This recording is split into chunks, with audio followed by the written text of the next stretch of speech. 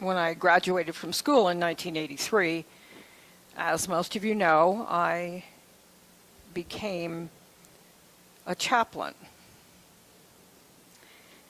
And I have heard your stories and participated in your stories of getting well for many, many years. In fact, one of my prayer partners is someone who came across the condition called AIDS just shortly after I got out of school, and he was in his late 20s, and I was told that he would not live to see 30. Well, we're still prayer partners, and he's now 64. So there are a lot of really wonderful, wonderful stories out there of people whose lives have made a difference to themselves first, because that's where all the inner work is, isn't it? Within us. To themselves and then to others. To bring that good news. To share with other people. Recently, United, listen to me, I'm back in the day. Centers for Spiritual Living graced me with the Minister's Meritorious Award for 2017 for the work that I've done for the last 34 years. Wow. And I went to Denver to accept the award and to see a dream of mine fulfilled, which was that the people who were chaplains out there would have a way to affiliate with religious science, with the centers, with their churches, with their people. Because what happened to me when I was out there was I had no one. I could have had a church, but people really didn't understand what I was doing. I was the first chaplain. I was scholarshiped for a year's training at UCLA Medical Center. And I did my residency there, and then immediately became the director of pastoral care at Long Beach Community Hospital. It was a long journey, and a lot of it was spent not with anybody of like mind.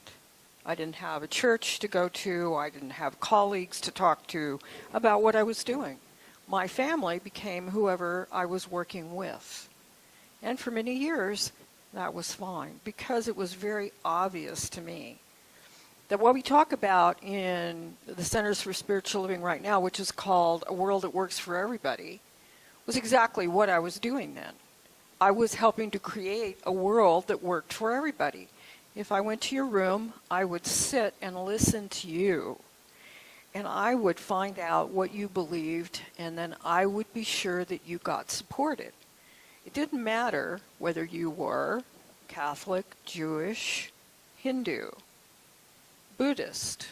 It didn't make any difference. I was there to support you right where you were, and make that world that works for everybody happen for you, so that you would feel the comfort of that world. So now we're talking about a world that works for everybody, and I've been out there doing it for a while, thinking about every individual, every room I go into, every person I speak to, thinking about that person and how the world can work for them. What I took in with me was two things. I grew up in Christian Science, and then I transferred to religious science. I took with me principle. I took with me the tools to make people's lives work better. It didn't matter what their denomination was. It didn't matter if they were atheist. The tools in principle and in spirit work for everyone. And this is what we teach people. How to improve things that you want to improve. How to change your life. If you want to do it. If there's something you see that you don't like, recreate it.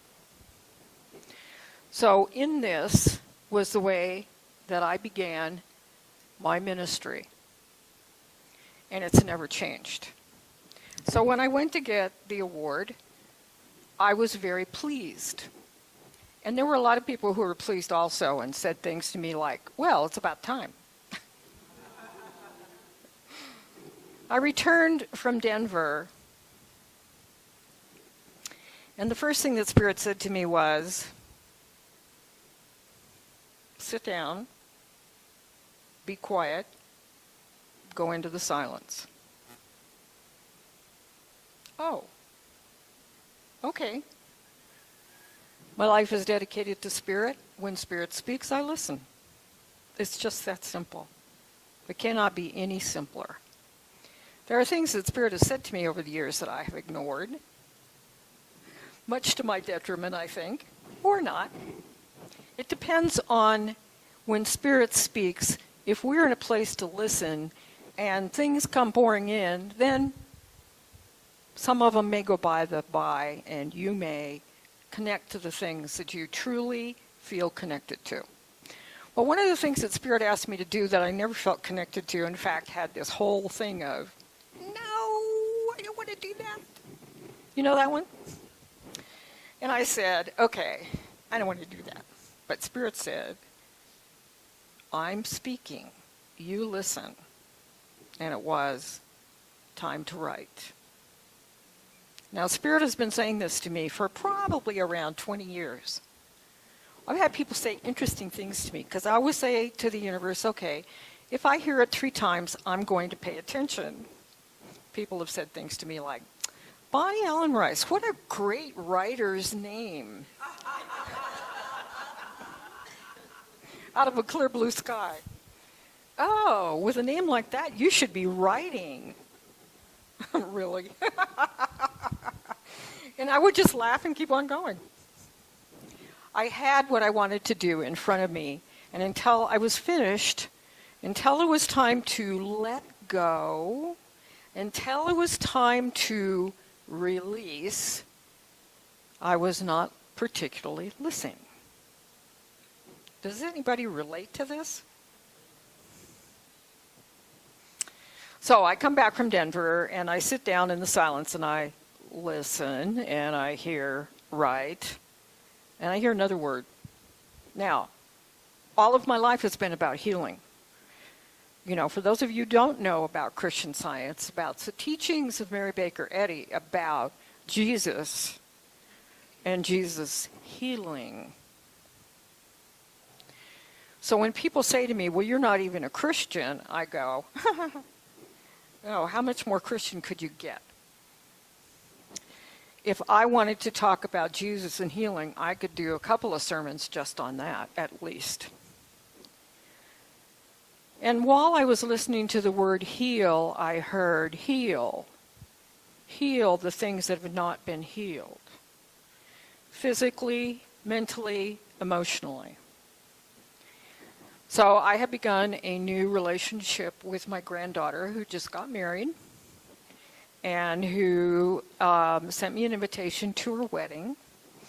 And I wrote back to her and didn't hear from her until the end of this week. Sorry, Grandma, I've been busy. She got married. She's got a whole new life. Of course she's been busy. And her address where I could send her wedding present and the things that I needed to do.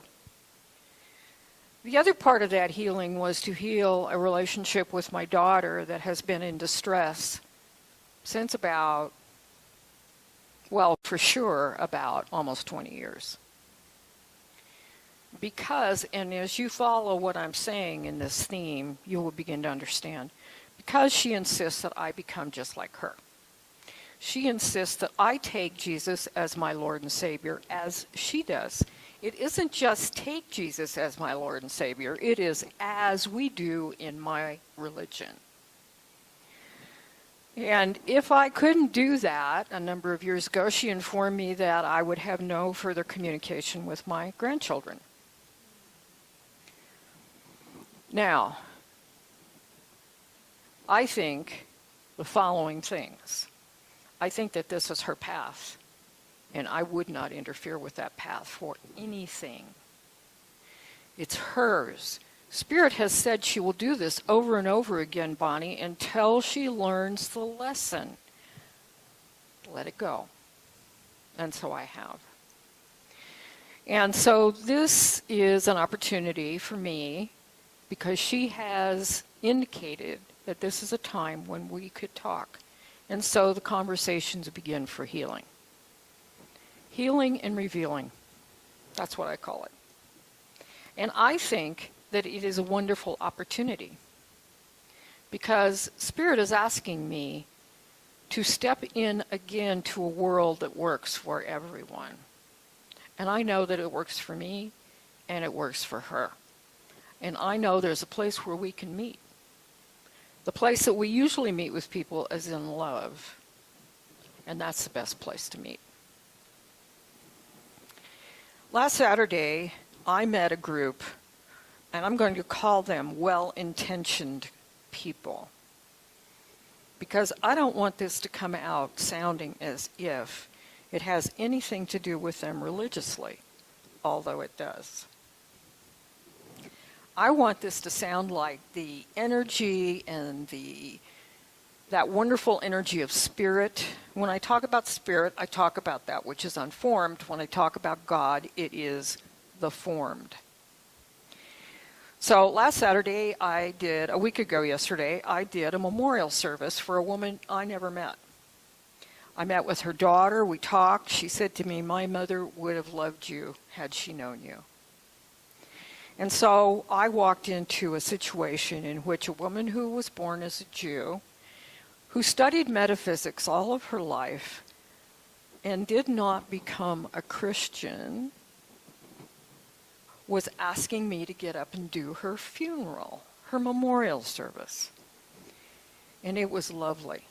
It was one of the best services, and trust me, I've done a few. It was one of the loveliest services I've ever done, because the family only talked about how much they all loved each other and how that love was present with each and every family member.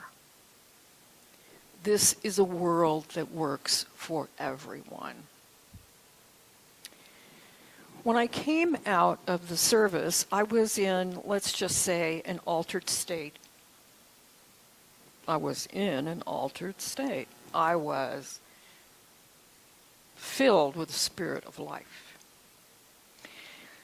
So I was asked to come and join everybody in one particular room where they were chatting and eating and having all kinds of wonderful family conversations. And I said, let me put my book in the car and I will come back and join you. People were very complimentary. Thank you so much for everything you said. Thank you so much. On my way up to the service, I had gone up Candelaria, which is right off of where I live, to Wyoming. And it was a morning much like this morning. You could see the East Mountains, and you could see that on the other side of the mountains there were clouds, and that they were coming this way. You could see the little tendrils coming over the top of the mountains. You've seen mornings like this. And I thought to myself as I was driving up there, oh, that's me. I'm standing on the top of the mountain. I've been honored. I'm in a really good place. I'm standing on the top of the mountain, and Spirit is asking me to listen, to sit down, be quiet, and listen. And I am walking into that cloud. And in mystical Christianity, it's called the cloud of unknowing. And that was where I was, walking into the cloud of unknowing. I could not see. I could hear, but I could not see where I was going. I know nobody in this room can relate to that. After I got finished with the service and I went to my car, the first thing I noticed was I had a flat tire. And you know what? I was in such an altered state that it didn't even penetrate that there was a problem. I looked at it and went, oh, okay. So I went back in and I said to Iris and her husband Ben, I said, I have a flat tire. And Ira says to me, oh, Bonnie, there's a auto repair store right next door. I went, and she said, I think it's open. So I went, okay, fine. Ben said to me, well, I'll walk with you. And I have something in my trunk that you can use to fill the tire up with so you can get air in it. Okay. So he went over and he said, you want to try this? And I said, no, I'm just going to keep on going over to the auto repair shop and I'll come back and tell you what's happening. Okay.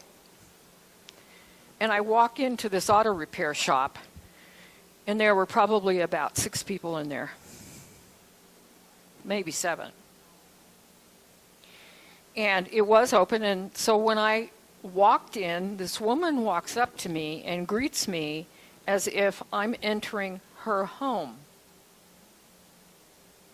Hi, I'm so glad you're here, she said to me. When was the last time you walked into somebody's business and heard that? Hi, I'm so glad you're here. And in the state I was in, it was like, well, so am I. I mean, you know, it's all good.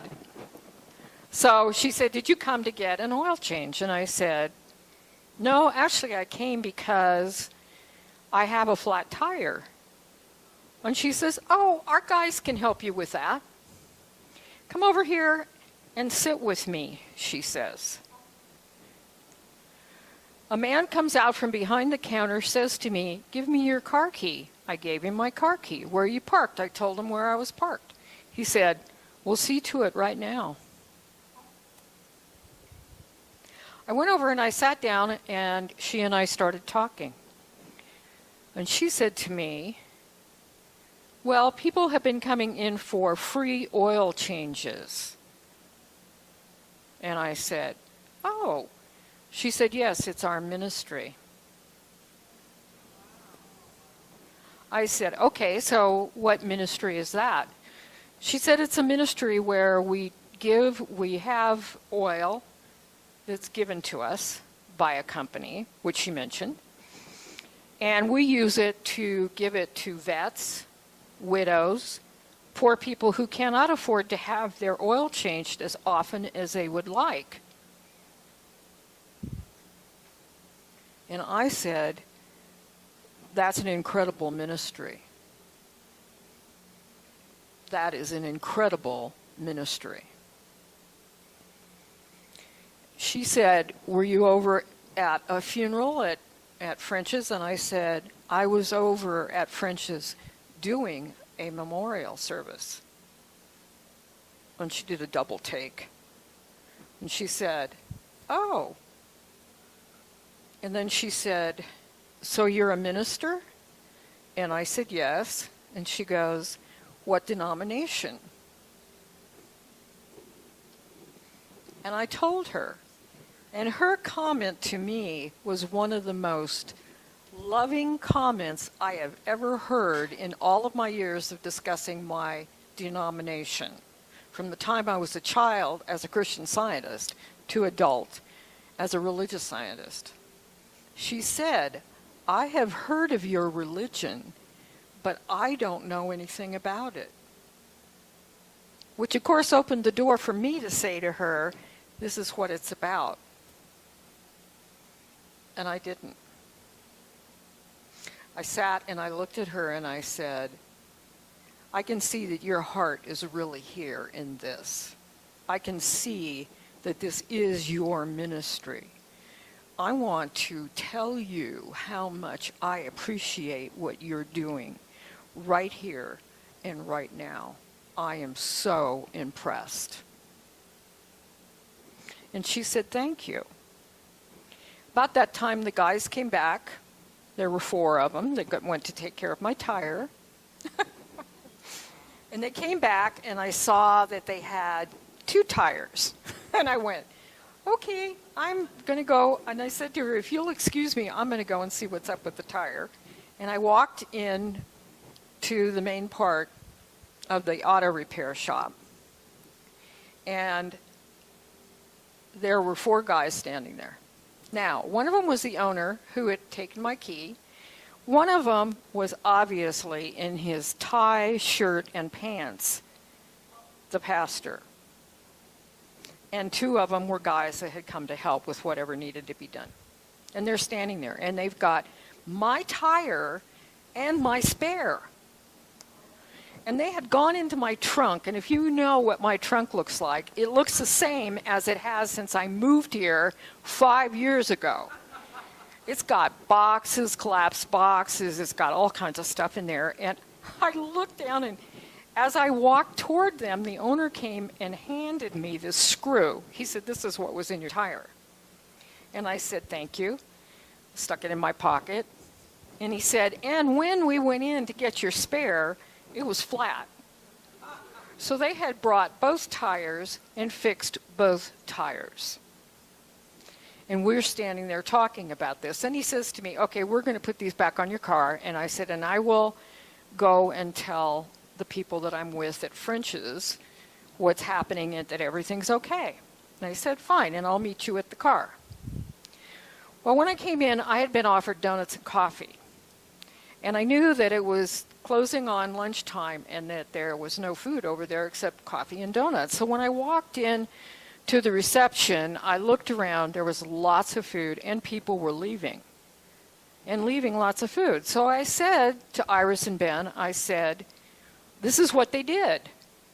And the 2 of them are looking at me and going, "That's amazing." And I went, "Yes, it's the way the world should work." So I said, "I have an idea, and I'll share it with you." I said, "How about taking some of this food over to those people and giving it to them? Because they're going to be there till after lunch." Iris goes, "What a great idea!" And so I went back out. The 4 guys are coming toward me. My spare's in the trunk, my tire's on the car, and everything is as it should be. And I said to the 4 of them, "The people who I'm here with are going to bring food over for all of you. They have lots of it left over from their reception." And they just looked at me. But the pastor didn't just look at me. And as he walked up to me, I said to him, "Do you have a card?" And he said, "Yes, I do." And I said, "Good, I'd like to have a card." With this, I turned to the owner and I said, "You have a person who's going to be a new client for you. That's me." And he goes, "Well, thank you." So the pastor hands me his card, and I look at him, and he says to me, "I love to see how Spirit works for everyone." And he hands me his card, and I said, "And you'll be hearing from me." And he said, "Yes, I know."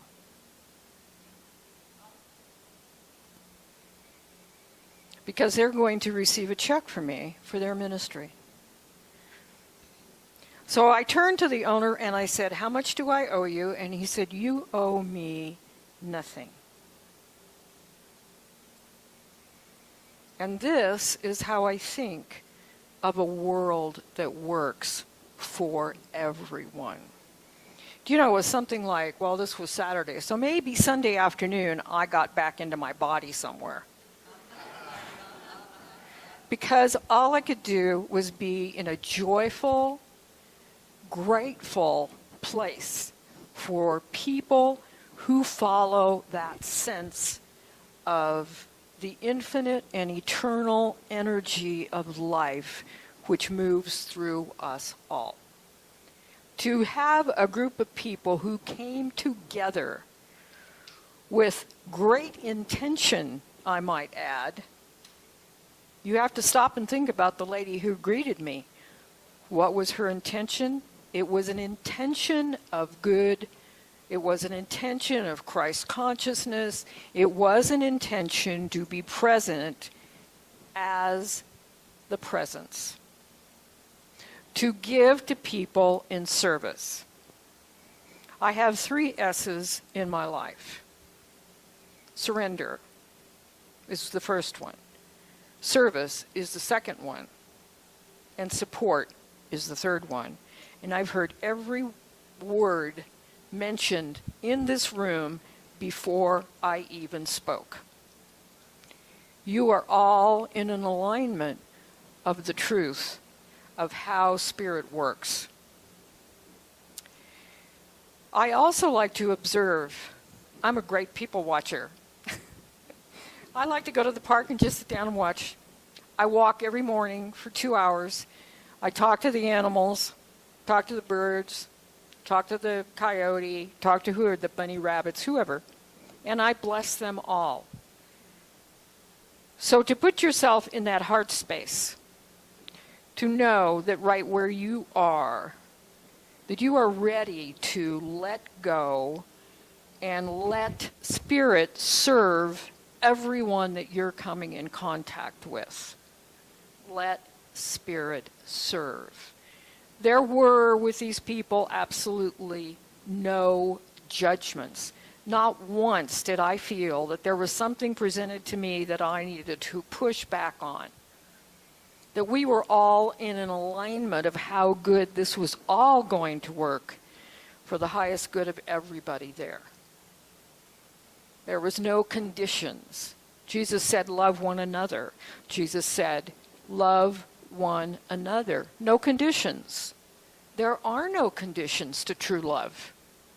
There is no way for true love to be anything but unconditional. If your life and the service and the surrender of your life is unconditional, you are in that space, in that zone, if you want to call it that, in which everything that comes into your world and out of your world is working for the highest good. It cannot do anything else because there's no judgments. It's not conditional. It's not about me. And there wasn't anything, though I benefited from it, there was nothing there about you have to serve me. I expect you to. There was none of that. You're the artist. Life is a hologram. It starts within your head, you create it, and it goes out to others. Stop and think about this group of people, and I'm going to say to you, they were good Christians. They were the kind of people for whom service meant something.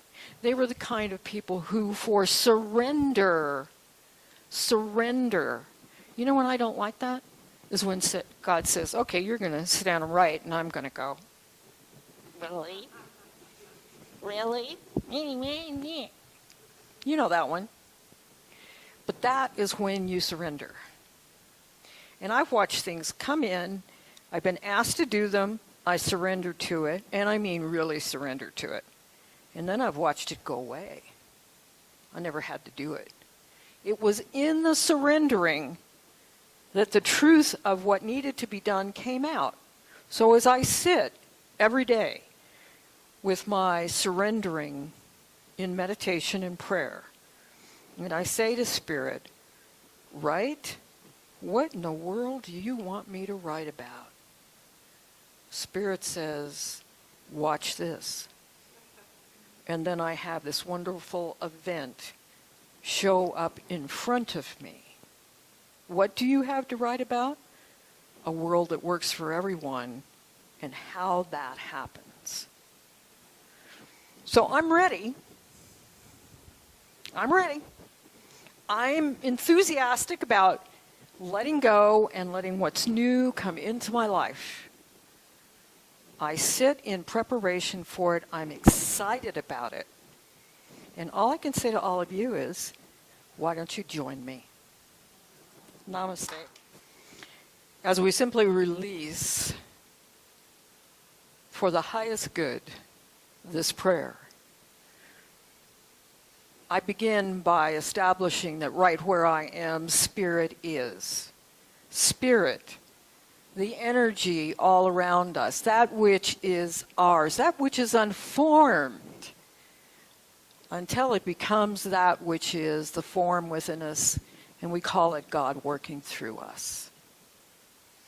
Here we are in this place, in joy and gratitude and abundance. An abundance of a world that works as we learn how to work it. As we pick up that hammer and build, as we pick up that saw and create, as we pick up the artist's materials and create, we are creating that which is for the highest good. And this week, as we go about this week, we remember that we are building in truth, in right action. We are building in our lives that which brings joy, that which is corrected from our thinking. We allow the healings to take place, for they cannot help themselves.